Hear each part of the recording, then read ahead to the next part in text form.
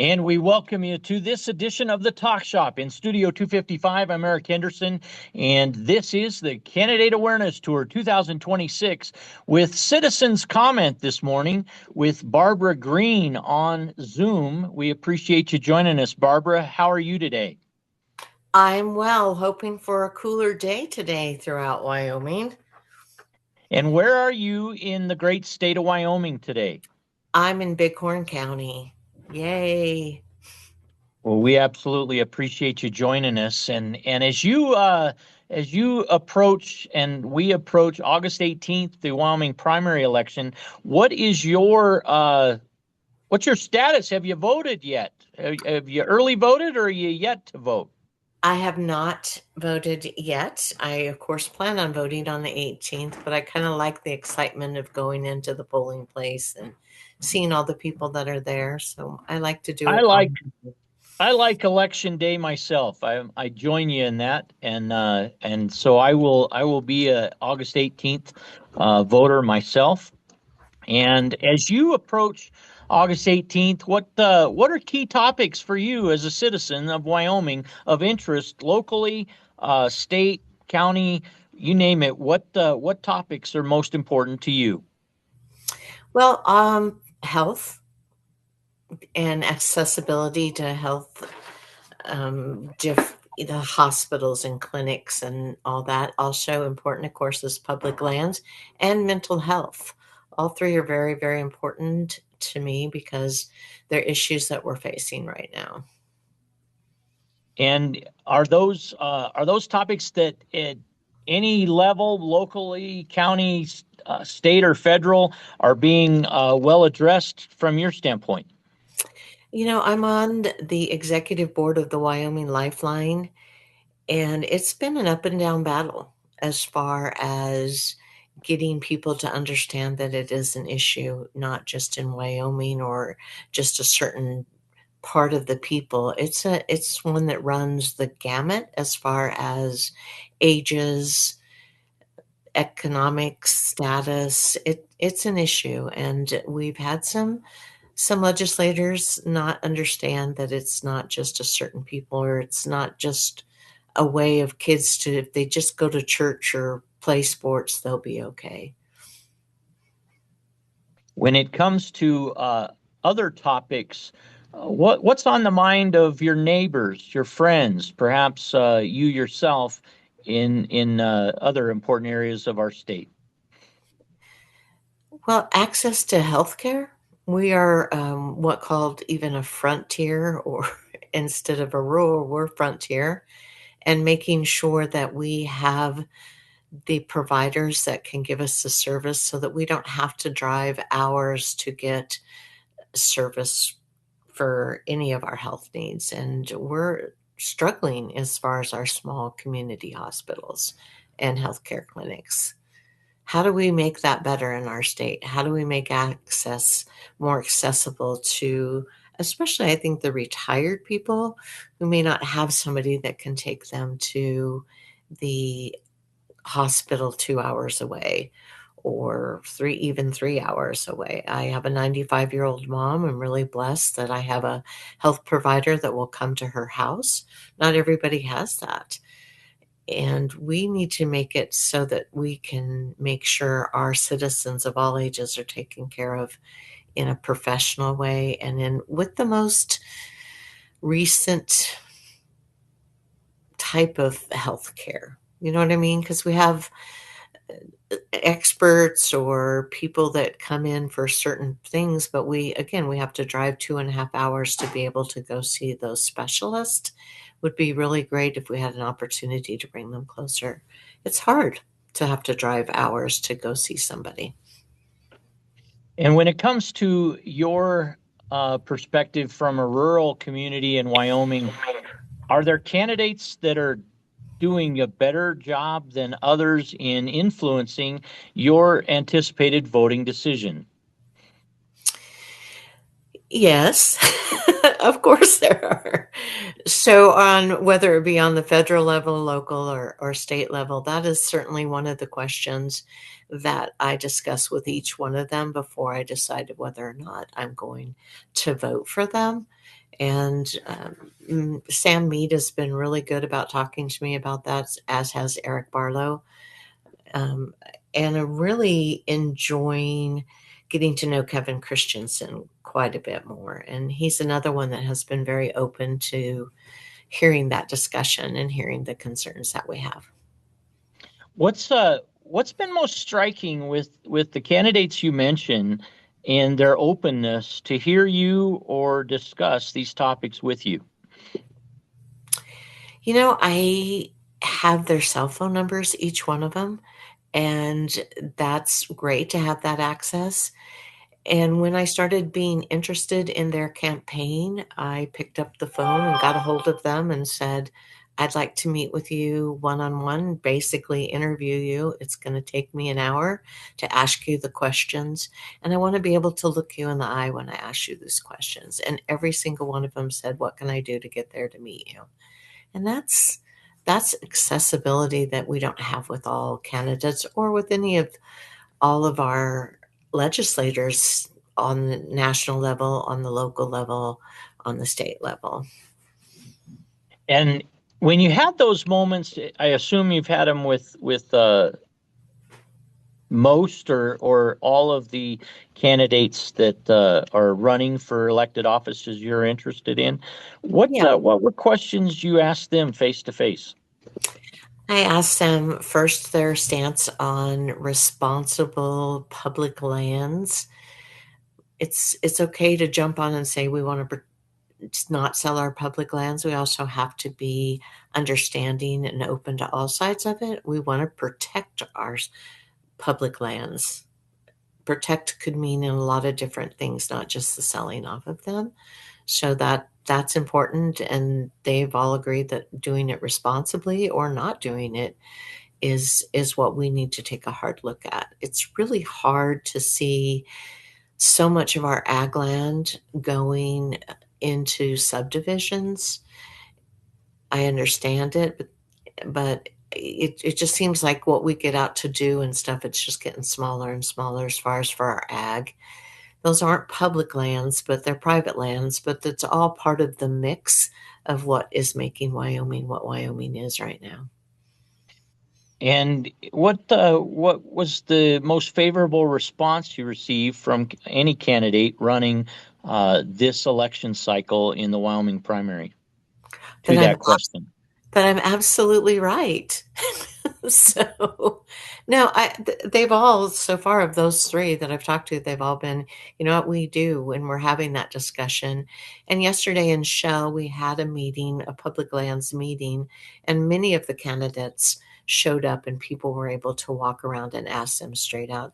I don't want a blanket answer. I want a real answer. And what are you going to do about it? And how are you going to do it? And so far, each one that I've mentioned, as well as several other, Robert Short, and has been really, really good that way in talking to me about it. So I appreciate their openness. We may not always agree, but at least we're having a conversation. And I do feel like they're listening. And when it comes to the gubernatorial level, you mentioned Eric Barlow. Have Megan Degenfelder, Mr. Kasner, or Brent Bien, have they not responded, or what's the status of the responsiveness to your reach out? Each one of those reached out through my job that I have with the newspaper as far as what the candidates say. We do a questionnaire.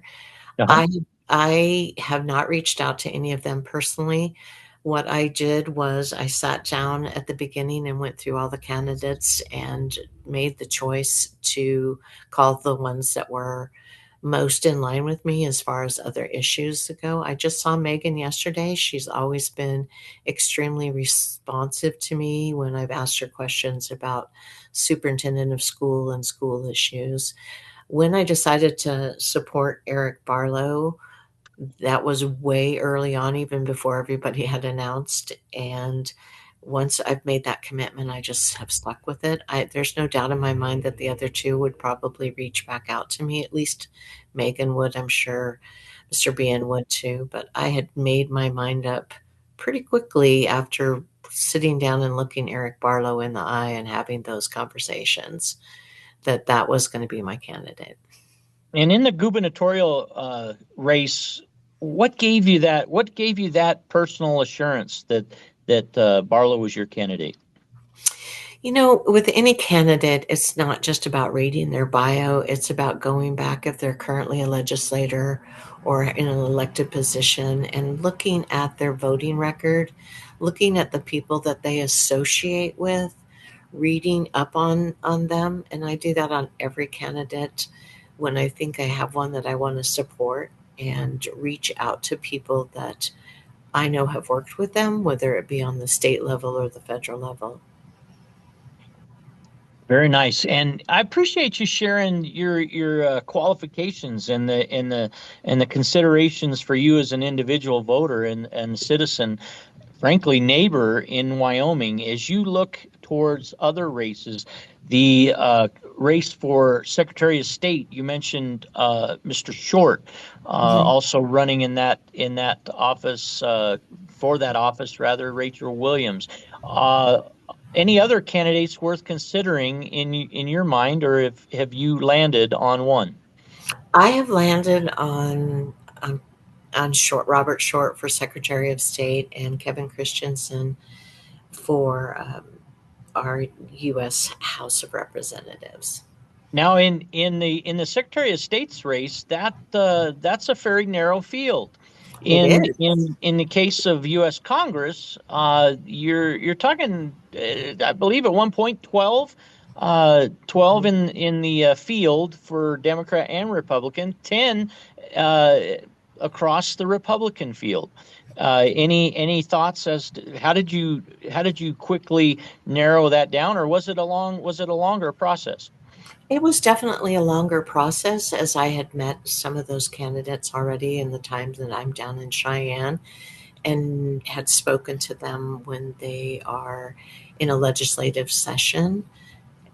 Some of them had held offices before, like Jill Balow, so I knew her, and so just my interaction with them over the last 3 or 4 years. Kevin, I hadn't met, but once I saw his bio and did some research on him, he just really stood out to me. Not only of his experience, I'm going to grab my bio notes here because I highlighted them when I first started reading about him. Obviously, he's a decorated combat veteran, but he also had some experience, of course, with public lands, and that was really, really important as well. And Wyoming's natural resources, wildland fire. It's just a lot of things that are very, very important to Wyoming right now. And he has been in DC, and so he's familiar with that whole process. And I thought, well, he seems to be the one that may have the best experience to go forward and represent us. And when it comes to the considerations that you had after visiting with Kevin Christensen, Mhm. what tipped the scale for you specifically, if anything? Looking him in the eye.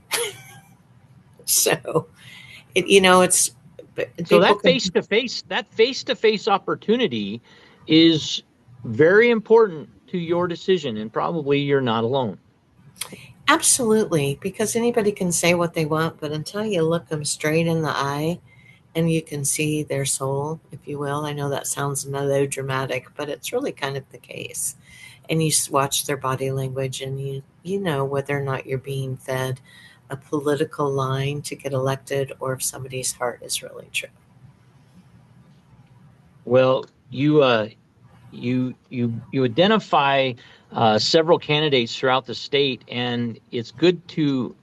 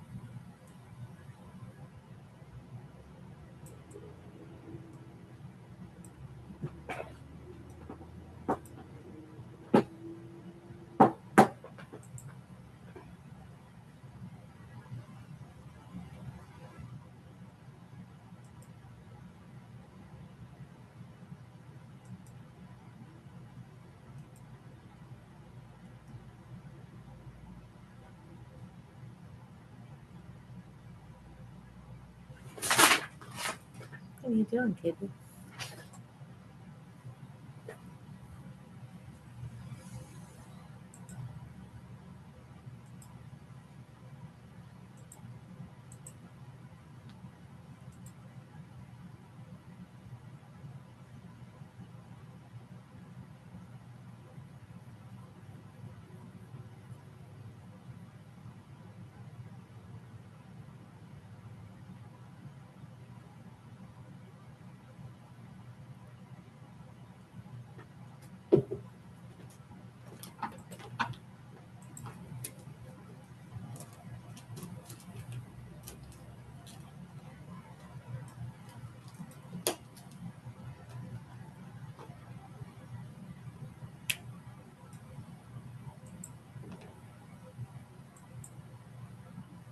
Oh, Pat Brown passed away.